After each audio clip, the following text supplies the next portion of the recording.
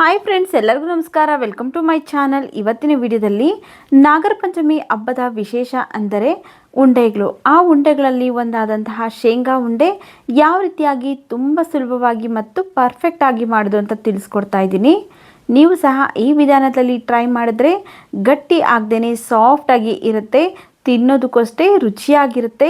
ನೋಡಿ, ಇಲ್ಲಿ ಫಸ್ಟ್ ಒಂದು ಬಾಣಲಿ ಬಿಸಿಗಿಟ್ಟು ಅದಕ್ಕೆ ನಾನು ಈ ಗ್ಲಾಸಲ್ಲಿ 1.5 ಗ್ಲಾಸ್ ಶೇಂಗಾ ಹಾಕ್ಕೊಳ್ತಾ ಇದ್ದೀನಿ.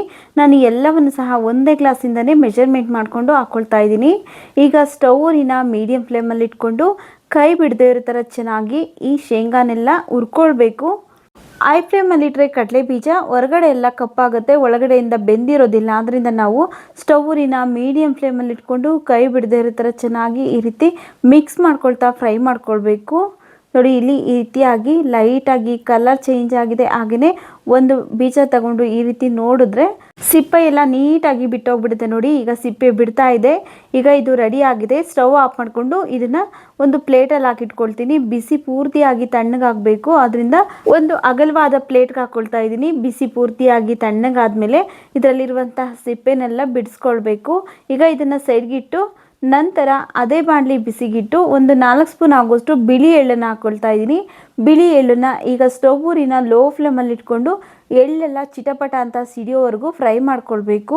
ಹೈ ಫ್ಲೇಮಲ್ಲಿ ಇಟ್ಟರೆ ಬೇಗ ಸೀದೋಗ್ಬಿಡುತ್ತೆ. ಅದರಿಂದ ನಾವು ಲೋ ಫ್ಲೇಮಲ್ಲೇ ಇಟ್ಕೊಂಡು ಎಳ್ಳನ್ನು ಹುರ್ಕೊಂಡು ಒಂದು ಪ್ಲೇಟಲ್ಲಿ ಹಾಕಿ ಇಟ್ಕೊಂಡಿದ್ದೀನಿ. ಆನಂತರ 1 ಟೇಬಲ್ ಸ್ಪೂನ್ ಆಗೋಷ್ಟು ಗಸಗಸೆನೂ ಅಷ್ಟೇ ಬೇಗ ಸೀದೋಗ್ಬಿಡುತ್ತೆ. ಲೋ ಫ್ಲೇಮಲ್ಲಿ ಇಡಬೇಕು. ಲೋ ಫ್ಲೇಮಲ್ಲಿ ಇಟ್ಕೊಂಡು ಇದು ಚಿಟಪಟ ಅಂತ ಸಿಡಿಯೋವರೆಗೂ ಫ್ರೈ ಮಾಡ್ಕೊಳ್ಬೇಕು. ನೋಡಿ, ಇಲ್ಲಿ ಗಸಗಸೆ ಎಲ್ಲ ಚಿಟಪಟ ಅಂತ ಸಿಡಿತಾ ಇದೆ. ಲೈಟಾಗಿ ಕಲರ್ ಚೇಂಜ್ ಆಗಿದೆ. ಇಲ್ಲಿ ಎಳ್ಳು ಮತ್ತು ಗಸಗಸೆನ ಒಂದೇ ಪ್ಲೇಟಲ್ಲಿ ಹಾಕಿ ಇಟ್ಟಿದ್ದೀನಿ. ಹಾಗೆಯೇ ಇಲ್ಲಿ ಕಡಲೆ ಬೀಜ ಎಲ್ಲ ಬಿಸಿ ಪೂರ್ತಿಯಾಗಿ ತಣ್ಣಗಾದ್ಮೇಲೆ ಸಿಪ್ಪೆ ತೆಗೆದು ತಗೊಂಡಿದ್ದೀನಿ. ಈಗ ಸಿಪ್ಪೆ ತೆಗೆದಿರುವಂತಹ ಕಡಲೆ ಬೀಜ ಅಂದರೆ ಶೇಂಗಾನ ಒಂದು ಮಿಕ್ಸ್ ಜಾರ್ಗೆ ಹಾಕ್ಕೊಂಡು ತರಿಯಾಗಿ ಗ್ರೈಂಡ್ ಮಾಡ್ಕೊಳ್ಬೇಕು. ತುಂಬ ಪೌಡ್ರ್ ಥರ ಗ್ರೈಂಡ್ ಮಾಡ್ಕೊಳ್ಬೇಡಿ, ತರಿಯಾಗಿ ಗ್ರೈಂಡ್ ಮಾಡ್ಕೊಳ್ಬೇಕು. ನೋಡಿ, ಈ ಥರ ತರಿಯಾಗಿ ಸ್ವಲ್ಪ ಕಾಳು ಸಿಗ್ತಾ ಇರಬೇಕು. ಆ ರೀತಿ ಗ್ರೈಂಡ್ ಮಾಡ್ಕೊಂಬಂದಿದ್ದೀನಿ. ನೋಡಿ, ಈಗ ಇದು ರೆಡಿ ಆಗಿದೆ. ಇದನ್ನು ಒಂದು ಪ್ಲೇಟಲ್ಲಿ ಹಾಕ್ಕೊಳ್ತಾ ಇದ್ದೀನಿ. ಹಾಗೆಯೇ ಇದಕ್ಕೆ ನಾವು ಒಂದು ಅರ್ಧ ಗ್ಲಾಸ್ ಆಗುವಷ್ಟು ಒಣಕೊಬ್ಬರಿನ ತುರಿದ್ಬಿಟ್ಟು ಹಾಕ್ಕೊಳ್ತಾ ಇದ್ದೀನಿ. ನೀವು ಬೇಕಿದ್ರೆ ಮಿಕ್ಸಿಯಲ್ಲಿ ಪೌಡ್ರ್ ಮಾಡಿ ಸಹ ಹಾಕ್ಕೊಳ್ಬೋದು. ಹಾಗೆಯೇ ಇದಕ್ಕೆ ಫಸ್ಟೇ ಹುರ್ಕೊಂಡಿದ್ರಲ್ಲ ಎಳ್ಳು ಮತ್ತು ಗಸಗಸೆ, ಅವೆರಡನ್ನು ಈಗ ಇದಕ್ಕೆ ಸೇರಿಸಿದ್ದೀನಿ. ಒಂದು ಅರ್ಧ ಸ್ಪೂನ್ ಏಲಕ್ಕಿ ಪೌಡರ್ ಸೇರಿಸ್ತಾ ಇದ್ದೀನಿ. ಈಗ ಇವಿಷ್ಟನ್ನು ಚೆನ್ನಾಗಿ ಒಂದ್ಸರಿ ಮಿಕ್ಸ್ ಮಾಡ್ಕೊಳ್ಬೇಕು. ಈಗ ಚೆನ್ನಾಗಿ ಮಿಕ್ಸ್ ಮಾಡ್ಕೊಂಡಾಗಿದೆ. ಈಗ ಇದನ್ನು ಸೈಡ್ಗಿಟ್ಟು ಬೆಲ್ಲ ಕರಗಿಸ್ಕೊಳ್ಳೋಣ ಬನ್ನಿ ಪಾಕ ಮಾಡ್ಕೊಳ್ಳೋದಕ್ಕೆ. ಸ್ಟವ್ ಮೇಲೆ ಬಾಣಲಿ ಬಿಸಿಗಿಟ್ಟು ಯಾವ ಗ್ಲಾಸಲ್ಲಿ ಶೇಂಗಾ ತಗೊಂಡಿದ್ರಲ್ಲ ಅದೇ ಗ್ಲಾಸಲ್ಲಿ 1 ಗ್ಲಾಸು ಬೆಲ್ಲ ಹಾಕ್ಕೊಳ್ತಾ ಇದ್ದೀನಿ. ಹಾಗೆಯೇ 1/4 ಗ್ಲಾಸ್ಗಿಂತ ಸ್ವಲ್ಪ ಕಡಿಮೆ ನೀರನ್ನು ಸೇರಿಸ್ತಾ ಇದ್ದೀನಿ. ಈಗ ಬೆಲ್ಲನೆಲ್ಲ ಚೆನ್ನಾಗಿ ಕರಗಿಸ್ಕೊಳ್ಬೇಕು. ನೀರು ಕಡಿಮೆನೇ ಹಾಕ್ಕೊಂಡು ಬೆಲ್ಲನ ಕರಗಿಸ್ಕೊಳ್ಬೇಕು.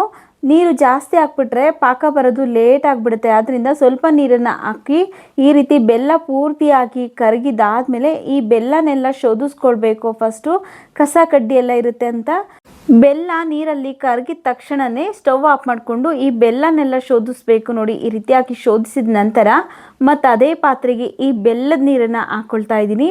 ಹಾಕ್ಬಿಟ್ಟು ಸ್ಟವ್ ಆನ್ ಮಾಡಿಕೊಂಡು ಸ್ಟವ್ವಿನ ಮೀಡಿಯಂ ಫ್ಲೇಮಲ್ಲಿ ಇಟ್ಕೊಂಡು ನಾವು ಬೆಲ್ಲನ ಪಾಕ ತೆಗೆದುಕೊಳ್ಬೇಕಾಗತ್ತೆ. ಒಂದೆಳೆ ಪಾಕ ತೆಗಿಬೇಕು. ನೋಡಿ, ಈ ರೀತಿ ನೀರಿಗೆ ಹಾಕಿದ್ರೆ ಹರಡ್ಕೋಬಾರ್ದು, ಈ ರೀತಿ ಕೂಡ್ಕೊಳ್ಬೇಕು. ಒಂದು ಹತ್ರಕ್ಕೆ ಎಲ್ಲ ಪಾಕನೂ ಕೂಡ್ಕೊಳ್ಬೇಕು. ನೋಡಿ, ಈ ರೀತಿಯಾಗಿ ಈಗ ಇದು ರೆಡಿ ಆಗಿದೆ. ಈಗ ಸ್ಟವ್ ಆಫ್ ಮಾಡ್ಕೊಳ್ತಾ ಇದ್ದೀನಿ. ಸ್ಟವ್ ಆಫ್ ಮಾಡಿಕೊಂಡು ನಾವು ಏನು ಮೊದಲೇ ಮಿಕ್ಸ್ ಮಾಡಿ ಇಟ್ಕೊಂಡಿದ್ರಲ್ಲ ಅದಕ್ಕೆ ಸ್ವಲ್ಪನೇ ಬೆಲ್ಲದ ಪಾಕನ ಹಾಕ್ಕೊಳ್ಬೇಕು. ಹಾಕ್ಕೊಂಡು ಮಿಕ್ಸ್ ಮಾಡ್ಕೊಳ್ತಾ ಹೋಗಬೇಕು. ಒಂದೇ ಸರಿ ಬೆಲ್ಲದ ಪಾಕ ಹಾಕ್ಬಿಟ್ರೆ ಒಂದೊಂದು ಸರಿ ಜಾಸ್ತಿ ಆಗಿಬಿಡುತ್ತೆ. ಅದರಿಂದ ಸ್ವಲ್ಪನೇ ಬೆಲ್ಲದ ಪಾಕನ ಹಾಕ್ಕೊಳ್ಬೇಕು. ಅಥವಾ ಬೆಲ್ಲದ ಪಾಕಕ್ಕೆ ಈ ಹಿಟ್ಟನ್ನು ಹಾಕ್ಕೊಳ್ಳೋಕೆ ಹೋದರೆ ಆವಾಗಲೂ ಸಹ ಬೆಲ್ಲ ಜಾಸ್ತಿ ಆಗಿಬಿಡುತ್ತೆ. ಅದರಿಂದ ಈ ರೀತಿಯಾಗಿ ಈಸಿ ಮೆಥಡಲ್ಲಿ ನಮಗೆ ಎಷ್ಟು ಬೇಕಾಗುತ್ತಲ್ಲ ಅಷ್ಟು ಪಾಕನ ಹಾಕ್ಕೊಳ್ತಾ ಮಿಕ್ಸ್ ಮಾಡ್ಕೊಳ್ತಾ ಹೋದರೆ ಕರೆಕ್ಟಾಗಿ ಹದ ಬರುತ್ತೆ. ಹಾಗೆಯೇ ಜಾಸ್ತಿನೂ ಆಗೋದಿಲ್ಲ. ನೋಡಿ, ಇಲ್ಲಿ ಬೆಲ್ಲದ ಪಾಕ ಇನ್ನೂ ಸ್ವಲ್ಪ ಹಾಕ್ಕೊಂಡು ಮಿಕ್ಸ್ ಮಾಡ್ಕೊಳ್ತಾ ಇದ್ದೀನಿ. ನಾನಿಲ್ಲಿ ತಗೊಂಡಿರುವಂತಹ ಬೆಲ್ಲದ ಪಾಕ ಹಾಗೆ ಈ ಪೌಡರ್ ಎಲ್ಲವೂ ಸಹ ಪರ್ಫೆಕ್ಟಾಗಿ ಇದೆ. ಉಳಿದಿರುವಂತಹ ಎಲ್ಲ ಬೆಲ್ಲದ ಪಾಕನ್ನು ಸಹ ಇದಕ್ಕೆ ಸೇರಿಸ್ತಾ ಇದ್ದೀನಿ. ಪೂರ್ತಿಯಾಗಿ ಬೆಲ್ಲದ ಪಾಕ ಇದಕ್ಕೆ ಸೇರಿಸಿದ ನಂತರ ಈಗ ಚೆನ್ನಾಗಿ ಮಿಕ್ಸ್ ಮಾಡ್ಕೊಳ್ತಾ ಇದ್ದೀನಿ. ಗಟ್ಟಿ ಪಾಕ ಏನಾದರೂ ಮಾಡ್ಕೊಂಡ್ಬಿಟ್ರೆ ಈ ಥರ ಮಿಕ್ಸ್ ಮಾಡಬೇಕಾದ್ರೇ ಗಟ್ಟಿ ಆಗಿಬಿಡುತ್ತೆ. ಅದರಿಂದ ಒಂದೇಳೆ ಪಾಕ ಅಷ್ಟೇ ತೆಗಿಬೇಕಾಗುತ್ತೆ.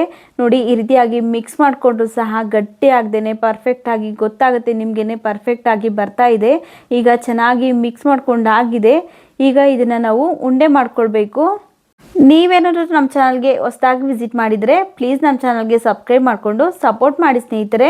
ನೋಡಿ ಇಲ್ಲಿ ಕೈಗೆ ಸ್ವಲ್ಪ ತುಪ್ಪ ಅಥವಾ ಎಣ್ಣೆನ ಸವರ್ಕೊಂಡು ಯಾವ ಸೈಜ್ಗೆ ಉಂಡೆ ಬೇಕಾಗುತ್ತಲ್ಲ ಆ ಸೈಜ್ಗೆ ಉಂಡೆನ ಕಟ್ಕೊಳ್ಬೇಕು. ನೋಡಿ ಕರೆಕ್ಟಾಗಿ ಉಂಡೆ ಬರ್ತಾ ಇದೆ.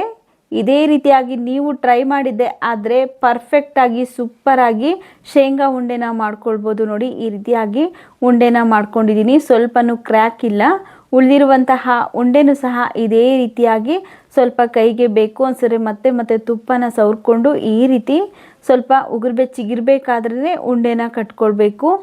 ತುಂಬ ಬಿಸಿಯೆಲ್ಲ ಇರೋದಿಲ್ಲ. ನಾವು ಈ ರೀತಿ ಮಿಕ್ಸ್ ಮಾಡಿರೋದ್ರಿಂದ ಸ್ವಲ್ಪ ತಣ್ಣಗಾಗಿರುತ್ತೆ. ಮಿಕ್ಸ್ ಮಾಡೋ ಟೈಮಲ್ಲೇ ಈಸಿಯಾಗಿ ಉಂಡೆನ ಮಾಡ್ಕೊಳ್ಬೋದು.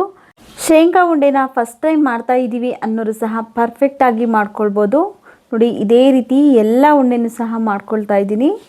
ನೋಡಿ ನಾಗರ ಪಂಚಮಿ ಹಬ್ಬಕ್ಕೆ ಮಾಡುವಂತಹ ಶೇಂಗಾ ಉಂಡೆ ಪರ್ಫೆಕ್ಟಾಗಿ ರೆಡಿ ಆಗಿದೆ.